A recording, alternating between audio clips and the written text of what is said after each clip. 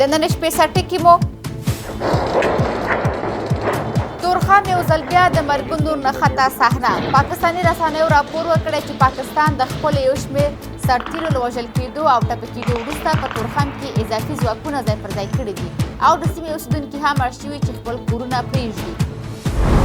بازو شورا فیصله کنه که فلانی به حیث زعیم کشور تعیین شد. د هېواد د راتلونکي لپاره د سیاف تازه طرحه. عبدالرب رسول سیاف د هېواد د رهبرۍ لپاره د حل او عقد شورا د رامنځته کېدو غوښتنه وکړه. هند کې طالبانو ته د افغانستان د سفارت سپارولو احتمال. هندي رسنۍ د طالبانو د استازي به رسمي موقف ونه لري، خو آیا طالبان به له رسمي اعتباره پرته خپل استازي واستوي؟ او اوکراین ته د امریکا د نظامي مرستو بندېدل. سپینې ماڼۍ وویل تر هغه چې د اوکراین حکومتي مشران د سولې مذاکراتو ته ژمن نشي، دغه مرستې به بیا پیل نشي. نن سهشنبه 14 د کب چې برابره ده 4 د مارچ سره دا مهال هم بشپړ خبرونه. زه یم مصباح. په تېرو 2 شپو او ورځو کې د طالبانو او د پاکستاني د سرحدي ځواکونو ترمنځ پرلهپسې نښتې دوام لري. ځایي سرچینې امو ته وایي چې د دواړو لورو له سپکو او درنو وسلو څخه کار اخیستی دی. د پاکستان ایکسپریس ټریبیون ورځپاڼې راپور ورکړی چې په دې نښتو کې یو پاکستاني ملکي وګړی وژل شوی، 4 پاکستاني سرتېري او یو ملکي وګړی ټپیان شوي دي. بلې خوا د طالبانو د کورنیو چارو وزارت منلي چې په دې نښتو کې د یوې جنګیالي وژل شوی دی. الحمدلله پاکستان د باباډو په پوسټ وربان د دوشنبې شپې له لومړۍ ساعتونو راهیسې تورخم کې یو ځل بیا جګړې زور اخیستی. هغه نښتې چې د دې دروازې د بیرته پرانیستلو لپاره د خبرو اترو تر ناکامۍ هڅې وروسته د 2مې شپې لپاره هم دوام لري. دواړې لوري یو بل د جګړې په پیلولو تورنوي. هغه نښتې چې بې تلفاتو هم نه دي. د پاکستان ایکسپریس ټریبیون ورځپاڼې د خپلو سرچینو له قوله لیکلي چې په دې جګړې کې 4 پاکستاني سرتېري ټپیان شوي، یو ملکي وګړی وژل شوی او یو بل هم ټپي شوی دی. ټپیان د لاندې کوتل مرکزي روغتون ته لیږدول شوي دي. ورځپاڼه زیاتوي چې پاکستان د دې نښتو په غبرګون کې سیمې ته نور ځواکونه لیږلي او لاندې کوتل ته څیرمه د پاچا مینې کلي اوسېدونکو د جګړې د شدت له امله اړ شوي چې خپل کورونه پرېږدي. د طالبانو د کورنیو چارو وزارت ویان منلي چې یو طالب جنګیالی له پاکستاني سرحدي ځواکونو سره په نښته کې وژل شوی او 2 ملکي وګړي ټپیان شوي دي. د تورخم د دروازې د خلاصېدو لپاره له ناکامو هڅو وروسته د پاکستاني سرحدي ځواکونو او د طالبانو ترمنځ د نښتې شدیدې شوي دي. 2 کمې غونډې شوې د تورخم د لارې د خلاصولو لپاره. هغه ځکه ناکامه شوې چې پاکستان او طالبان هغوی دواړه په خپل هغه دریځ باندې ټینګ ولاړ دي چې د پاکستان دا موقف دی چې افغان سایډ ته افغان طرف ته کوم نوي تاسیسات دي هغه سیمه لانجمنه ده او دوی سره پکې مشوره نه ده شوې. دغه رنګې د طالبانو هم دا دریځ چې پاکستان کومې ټاورې جوړي کوم چې دی پاکستان ورته سرحدي ټرمینل کې دوی نوي تاسیسات کوي په هغې باندې د طالبانو اعتراض په خپل ځای باندې پاتې دی. دواړو یو بل نه دي ګانې کړي. دا دروازه له 12 ورځو راهیسې د مسافرو او سوداګریزو توکو پر مخ تړلې ده او سوداګر وایي چې دواړې لورو ته درانه مالي زیانونه اوښتي دي. پر دې سربیره د هېواد یو شمېر اوسېدونکي وایي چې د تورخم د دروازې د تړل کېدو او د نښتو له امله په کابل کې د پاکستاني توکو بیې لوړې شوي دي. زمان این وقت بیکاری فقر بیچارگی قیمت مواد غذایی بسیار زیاد بلند رفته و اگر به دکاندارا میگیم که چرا قیمت شده بر ما بهانه میکنن میگن که راههای تورخم بسته است.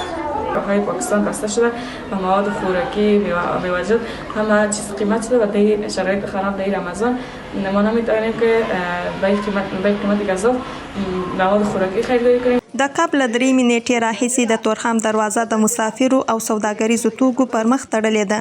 سیمه سرچینې وایي د طالبانو له لوري د سرحدي تاسیساتو د جوړولو هڅې د دې لارې د بندېدو لامل شوی دی. د افغانستان او پاکستان د سوداګرۍ ګټې خونې شمېر شي چې له 2500 ډیر بار وړونکي موټران د لارې د خلاصېدو په تمه دي او تر دې دمه سوداګرو ته $15 میلیونه زیان اوښتی دی. د افغانستان او پاکستان ترمنځ ورځنی سوداګریزه راکړه ورکړه $3 میلیونه اټکل شوې چې ډیره برخه یې د تورخم له لارې ترسره کیږي، خو دا سوداګري له 12 ورځو راهیسې په ټپه درېدلې ده.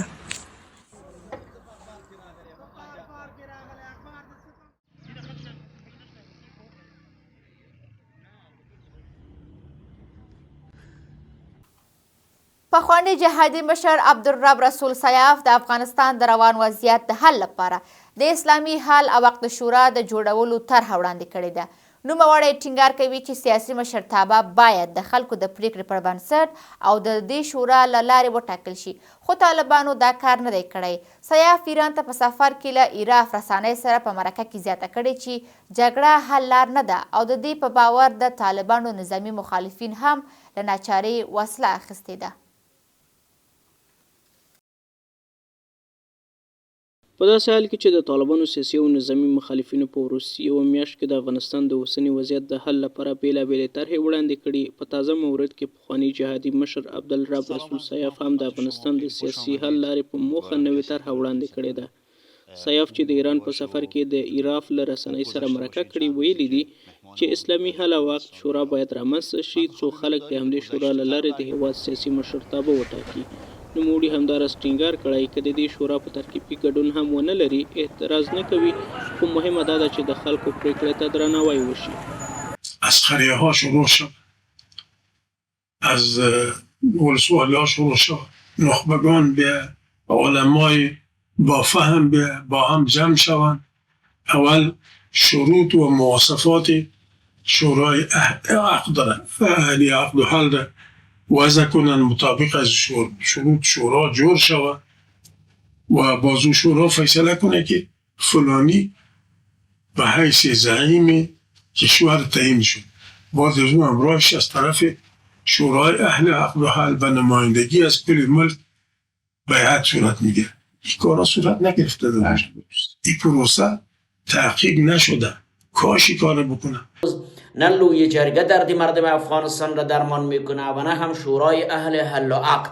تنها راه و مسیری که مردم افغانستان میتارن در اونجا در سایه یک نظامی که پاسخگو باشه به اراده و به اراده مردم افغانستان، اون نظامی برخواسته از انتخابات و سهم فعال مردم افغانستان بر سرنوشت خودشان هست. د دې مرکې په دوام کې ټینګار کوي چې جګړه په هېواد کې حل لاره نه ده او د طالبانو مخالفو نظامي جبهو هم له ناچارۍ ټوپک ته لاس کړی دی. چون اینا به گپ تن ندادن، به تفاهم تن ندادن، یک قسمت از گروه ها به سمت استعمال سلاح هم رفتن، لیکن هیچ کدام از اون گروه ها هم مخالف مصالحه نیستن، مخالف مذاکره و تفاهم نیستن. ما در این اواخر 3-4 صدا سر طالبان کردیم. ما برشان گفتیم که نمیخوایم که گاه شما در شهر ما در کو، گاه شما در شهر تا که همی کار دوام کنه، تا که مشکل افغانستان از طریق تفاهم صلح و گپ حل نشه، این مشکل ریشه کن نمیشه. عبدالرب رسول سیاف په دې مرکه کې د افغانستان د پخواني حکومت سقوط ته هم اشاره کړې ده چې د ده په باور د جمهوریت د راپرځېدو یو اساسي دلیل له دولتي جوړښت څخه د مجاهدینو حذف و. دغه پخوانی جهادي مشر همداراز ټینګار کوي چې د وضعیت د خرابېدو پر مهال پخواني ولسمشر محمد اشرف غني ته وړاندیز کړی و چې د کابل امنیت ده ته وسپاري، خو دا وړاندیز ونه منل شو. ممکن اشرف غنی همین گپی مرا بشنوه، ما آمده گفتیم که رئیس بگذار که من امنیت کابل رو بگیرم. ما وظیفه رسمی ندارم، نه وزیر دفاع هستم، نه وزیر داخل هستم، نه قماندان امنیت، تا همون وقتی که گپ‌های صلح به یک نتیجه برسه که باز ملک ما باید کشمکشی نره. متاسفانه این کار نه.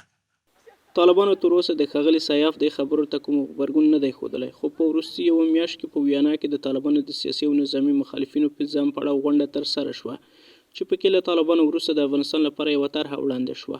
بلخوا د طالبانو یو شمېر سیاسي مخالفینو هم د فدرالي افغانستان تر عنوان لاندې یوه غونډه ترسره کړه او له طالبانو وروسته د افغانستان لپاره یې طرحه وړاندې کړه، خو طالبانو وویل چې له طالبانو وروسته افغانستان شتون نه لري. د هندي رسنیو د راپورونو له مخې نوی ډهلي به په ډېر احتمال سره د طالبانو استازي ته اجازه ورکړي چې د افغانستان د سفارت مسؤل شي، خو دغه استازی به رسمي ډیپلوماټیک موقف ونه لري. هندي رسنیو د خپل سرچینو له قوله زیاته کړې چې په نوي ډهلي کې د افغانستان سفارت به په رسمي توګه د افغانستان د اسلامي جمهوریت د ډیپلوماټیکي استازولۍ په حیث پاتې شي او خپل فعالیت ته به دوام ورکړي. دا پریکړه داسې مهال نیول شوې چې پرون طالب استازو په تهران کې د هند له سفیر سره لیدلي دي. د هېواد د شمېر اوسېدونکي بیا وایي چې هېوادونه باید له طالبانو سره د تعامل له لارې هغوی ته سیاسي مشروعیت ورنه کړي.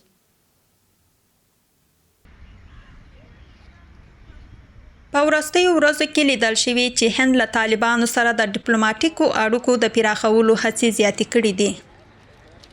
تازه هندي رسنیو راپور ورکړی چې نوي ډهلي به په ډېر احتمال سره طالبانو ته اجازه ورکړي چې د افغانستان د سفارت مسؤل وټاکي، خو دا استازی به د هند له لوري نه تاییدیږي.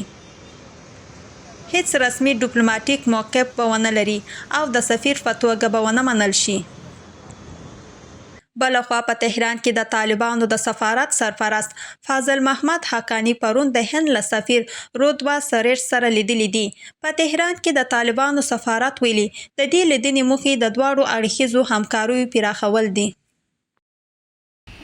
د سیاسي چارو یو شمېر شنونکي باور لري چې د سیمې وروستي بدلونونه هند دې ته اړ ایستلی چې له طالبانو سره معامله وکړي او دا معامله د هند د ملي ګټو او له پاکستان سره د اوږدمهاله سیالۍ پر بنسټ ده.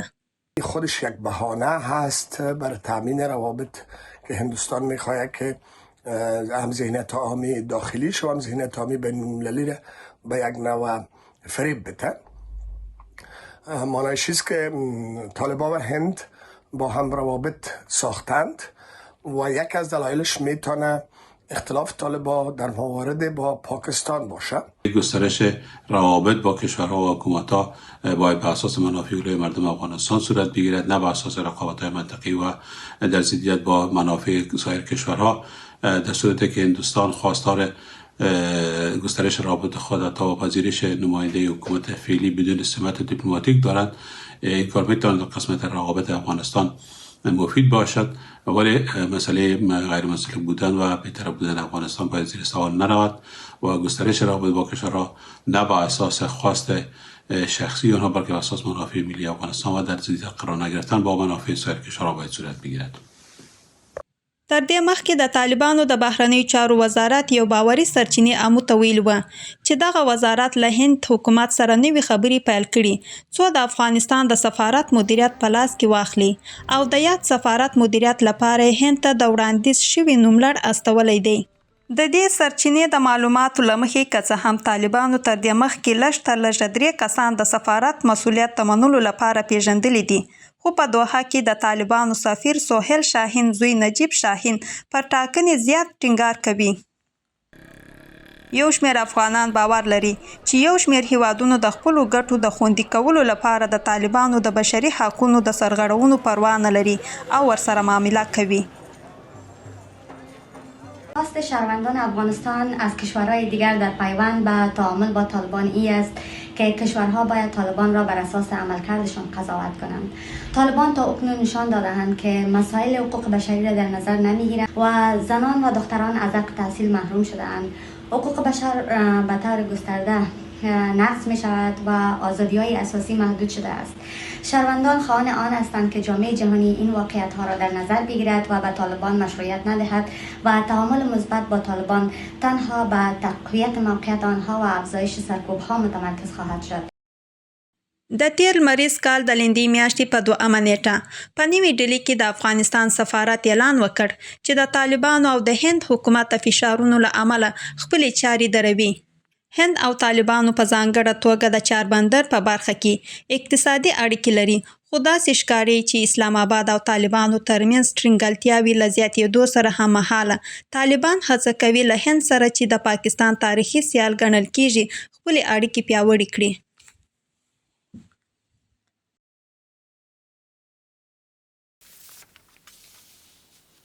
د ملګري ملتونو د بشري حقونو عالی کمشنرۍ د افغانستان د ښځو او نجونو پر وړاندې سخته اندېښنه څرګنده کړې او د طالبان له لوري پر دوی لګول شوي محدودیتونه یې جنسیتي اپارتاید بللی دی. هغه ویلي چې دا سیاستونه د طالبانو په ملاتړ عملي کیږي او د ښځو پر وړاندې دا ډول چلند په نړیواله کچه بېساري تبعیض ګڼلی دی.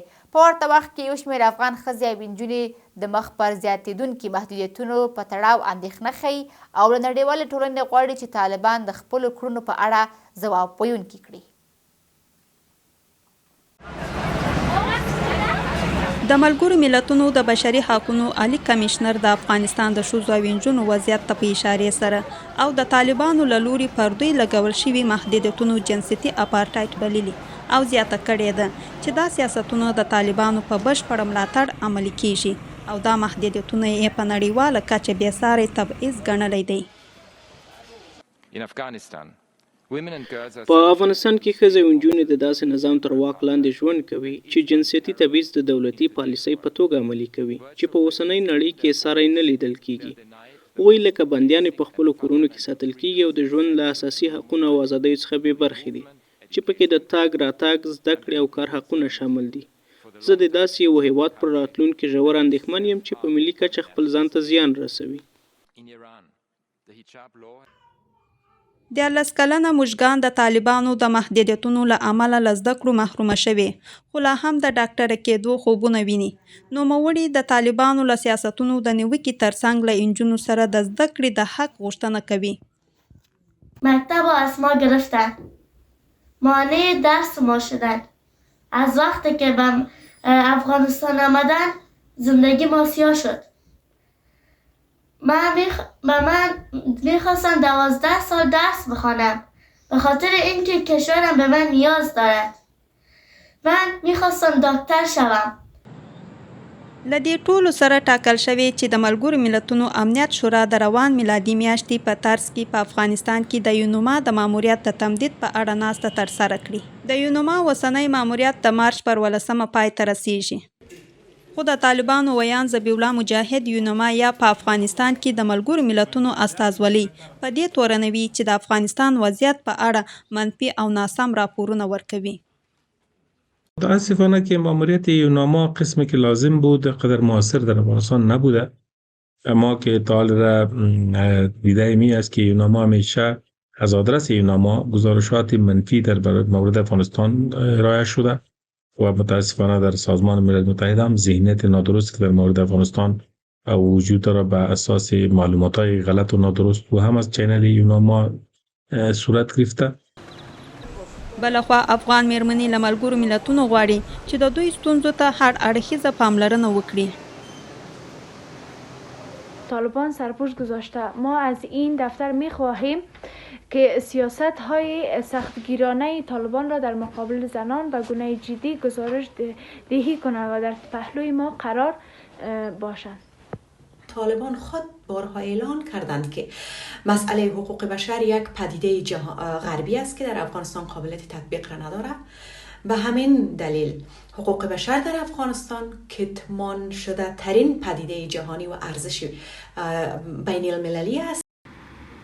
دا په داسې حال کې ده چې له دې وړاندې د جزا نړیوالې محکمې څارنوال رسما د دې محکمې له قاضیانو غوښتنه کړې وه چې د طالبانو د مشر هیبت الله اخندزاده او د دوی د قاضي القضات عبدالحکیم حقانی د نیولو حکم صادر کړي. دوی د بشریت پر وړاندې د جرمونو په تورن شوي دي. تر دې دمه له 10 څخه ډیرو هیوادونو د دې غوښتنې ملاتړ کړی دی.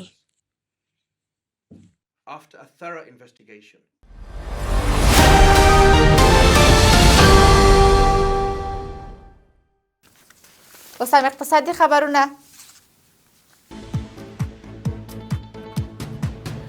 د ملګرو ملتونو د خوړو او کرنې ادارې په باغلان ولایت کې د اوبو یو بند ګټې اخیستنې ته وسپاره. د ملګرو ملتونو د ادارې په ایکس ټولنیزه شبکه کې لیکلي دي چې دا کوچنی بند د نړیوال بانک په مالي مرسته په دې ولایت کې رغول شوی دی او ګټې اخیستنې ته وسپارل شو. د دې ادارې په وینا دا بند د کار په بدل کې نغدي مرستې د پروژې له لارې جوړ شوی او موخه د سیلابونو مخنیوی، د اوبو مدیریت او د ځمکې لاندې اوبو پیاوړتیا ښودل شوې ده. د طالبانو د کار او ټولنیزو چارو وزارت وایي چې په سمنګان ولایت کې 15 تنه د حرفوي زده کړو له مرکز څخه فارغ شول. د دې وزارت په خبرپاڼه کې راغلي چې زده کوونکو د خیاطۍ، موبل او فرنیچر جوړولو او د موټر سایکل د جوړونې د ورکشاپ په برخو کې د 6 میاشتو لپاره روزنه ترلاسه کړې ده او د حرفي زده کړه د ټولنې په اقتصادي خپلواکۍ کې به مرسته وکړي. خو د فارغانو په ډله کې د ښځو او نجونو ګډون نه لیدل کیږي او طالبانو یوازې د هلکانو د حرفي او مسلکي زده کړو زمینه برابره کړې ده. د تاجکستان د اوبو او انرژۍ وزارت اعلان کړی چې د کاسا زر پروژه به تر 2020 کال پورې بشپړه شي. د تاجکستان د انرژۍ وزیر ویلي دا پروژه یو له سترو سیمه‌ییزو پروژو څخه ده چې تاجکستان، قرغیزستان، افغانستان او پاکستان سره نښلوي. دغه تاجک چارواکي زیاتوي چې په تاجکستان او قرغیزستان کې د دې پروژې د جوړولو چارې بشپړې شوې دي او په پاکستان کې کار په چټکۍ روان دی. د طالبانو برېښنا شرکت هم ویلي چې دوی د کاسا زر پروژې د کار بشپړولو ته چمتو دي. د کاسا زر پروژه چې د نړیوال بانک لخوا تمویلیږي په 2 کلونو ځنډ وروسته د 2024 کال له مې میاشتې راهیسې بیرته پیل شوې او تمه ده چې تر 2026 کال پورې پای ته ورسیږي.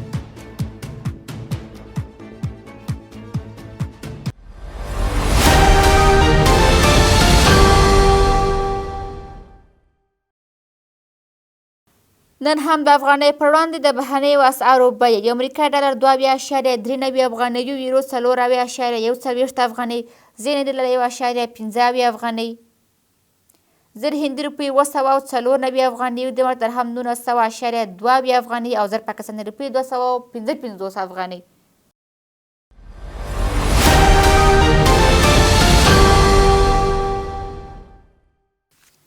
او د بهرني خبرونو په لړ کې اسرائیل وایي چې په غزه کې د اوربند 2یم پړاو ته چمتو دي، خو د غزې بې وسلې کول او د ټولو اسرائیلي یرغمل شوي کسانو خوشي کول یې د خبرو شرط ګرځولی دی.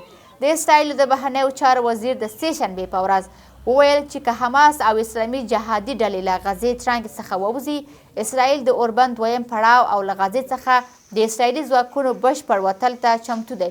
دا په داسې حال کې دي چې عربي هیوادونه نن په قاهره کې غونډه کوي ترڅو د غزې د وضعیت او د ټرمپ د هغه وړاندیز په اړه بحث وکړي چې د غزې ترانګې ملکیت واخلي او اوسېدونکي بل ځای ته واستوي. د امریکا متحده ایالاتو اوکراین سره د خپلو ټولو نظامي مرستو لړۍ ودروله.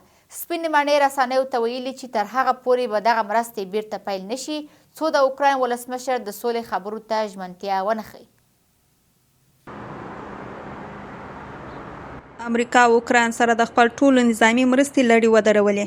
CNN او رویټرز د سپینې ماڼۍ د چارواکو له قوله راپور ورکړی چې دا مرستې تر هغه پورې به بیا پلي نشي څو چې د امریکا ولسمشر ډونالډ ټرمپ دا ونه مني چې د اوکراین ولسمشر د سولو خبرو ته ژمن شوی دی. خو د اوکراین ولسمشر ولادیمیر زیلنسکي ټینګار کوي چې د اساسي موخه د سولې ټینګښت او په اوکراین کې د جګړې ختمول دي، خو دا بهیر امنیتي تضمینونو ته اړتیا لري. زیلنسکي وایي د امنیتي تضمین د نشتون له امله روسیې 11 کاله وړاندې د اوکراین په ختیځ کې د کریما ټاپو وزمه او د اوکراین د دونباس سیمه ونیول. موږ د اوکراین د ساتنې لپاره پر هرې ممکنې سناریو کار کوو. اساسي سناریو د لومړۍ کرښې ساتل او د داسې مناسبو ډیپلوماټیکو شرایطو برابرول دي چې ژر تر ژره د پایداره سولې له لارې جګړه پای ته ورسیږي. موږ سولې ته اړتیا لرو، رښتینې او عادلانه سولې ته، نه یوې نه ختمېدونکې جګړې ته، خو موږ امنیتي تضمین ته هم اړتیا لرو. دا په داسې حال کې ده چې د امریکا د ولسمشر مرستیال جی ډي وینس له فوکس نیوز سره په مرکه کې ویلي چې په اوکراین کې د امریکا د اقتصادي ګټو تامینول په خپله د امنیتي تضمین په معنا دی. هغه له اروپایي هیوادونو هم وغوښته چې د جګړې د پای ته رسولو لپاره زیلنسکي قانع کړي. زیلنسکي تېره اونۍ د اوکراین له طبیعي زیرمو او بندرونو څخه د امریکا د ګټې اخیستنې په موخه د هوکړې لیکونو د لاسلیک لپاره سپینې ماڼۍ ته تللی و، خو د دواړو هیوادونو مشرانو د خبرو پر مهال په لفظي شخړه کې ښکېل شوله. راپورونه وایي چې امریکا هره میاشت 240 میلیونه ډالر نظامی مرستې اوکراین ته ورکوي، خو ټرمپ ادعا کوي چې واشنګټن تر دې دمه 340 میلیارډ ډالر زیاتې مرستې اوکراین ته ورکړې ده. د کیل د نړیوالې اقتصادي موسسه چې په اوکراین کې د جګړې لپاره رئیسي نظامي او بشري مرستې ارزوي راپور ورکړی چې متحده ایالاتو اوکراین ته 118 میلیارډ ډالر مالی مرستې ورکړي دي. د امریکا د دفاع وزارت هم دا شمېر نږدې 183 میلیارډ ډالر شي. له دې سره کیف ته د امریکا د نظامي مرستو بندېدل د اوکراین د جګړې لومړۍ کرښه چې له وړاندې د توپخانې د مهماتو له کمښت سره مخ ول ضعیفه کړل. یو شمېر کارپوهان له رسنیو سره په خبرو کې ویلي چې د امریکا له ملاتړ پرته اوکراین یوازې 2 تر 4 میاشتې د جګړې کرښې ساتلی شي. او د نړۍ په نورو سیمو کې بیا د امریکا د ولسمشر ډونالد ټرمپ لخوا د کاناډا او مکسیکو څخه په وارد شوو توکو باندې 25 سلنې نوي تعرفې د سې شنبې د ورځې څخه عملي شوي. واشنگټن همداراز په چینایي توکو هم د تعرفې 2 چنده کړي او 10 سلنې ته لوړې کړې ده. کاناډا او مکسیکو چې له 2 سلیزو راهیسې له متحده ایالاتو سره آزادې سوداګریزې اړیکې لري مخکې له دې خبرداری ورکړی و چې دوی به د واشنګټن د دې پریکړې غچ واخلي. چین هم ټینګار کړی چې د امریکا فشار ته به تسلیم نشي او د مارچ له 10 نیټې څخه به په ځینو امریکایي توکو تر 25 سلنې پورې تعرفې ولګوي. دا په داسې حال کې ده چې د امریکا د ونډو بازارونه راټیټ شوي او احتمال لري چې مصرف کوونکو به په راتلونکو ورځو کې د توکو د بیې د لوړېدو شاهد وي. خو په اسیا کې د ونډو بازارونو په ځانګړه توګه په جاپان، هانګ کانګ او سویلي کوریا کې د متحده ایالاتو په پرتله یو څه راټیټ شوي دي. په جاپان کې د ځنګلونو د ورلګېدنې له امله زرګونه خلک له خپلو سیمو بېځایه شوي دي. تېره شپه د جاپان په شمال ختیځ کې د اوپوناتو ښار ته نږدې په یو ځنګلي سیمه کې اور لګېدلی دی. اور د فبروري پر 24مه پیل شوی. اور وژونکي د اور د کنټرول هڅې کوي. د جاپان د اور وژنې او ناورین اداره اعلان وکړ چې اور تر اوسه پورې 2600 هکټاره ځمکه سوځلې ده او 4596 کسان یې د خپلو کورونو پرېښودلو ته اړ کړي دي.